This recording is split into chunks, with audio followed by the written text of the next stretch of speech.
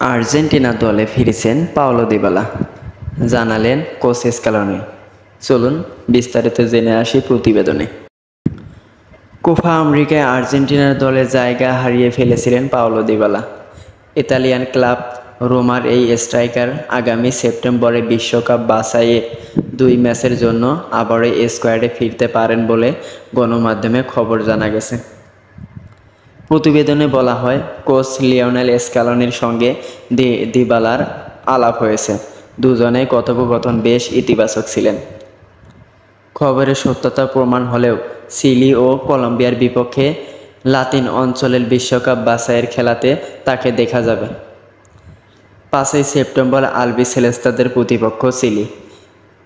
এরপর 10 সেপ্টেম্বর সর্বশেষ কোপা আমেরিকার ফাইনালে প্রতিপক্ষ কলম্বিয়ার সঙ্গে খেলতে নামবে আর্জেন্টিনা। আর্জেন্টিনা জার্সিতে দিবালা এ পর্যন্ত খেলেছেন 38টি ম্যাচ, করেছেন 3টি গোল। 30 বছর বয়সী এই ফুটবলার 2022 বিশ্বকাপের শিরোপা জয়ী দলের সদস্য। আপডেট নিউজ পেতে চ্যানেলটি সাবস্ক্রাইব করবেন প্লিজ।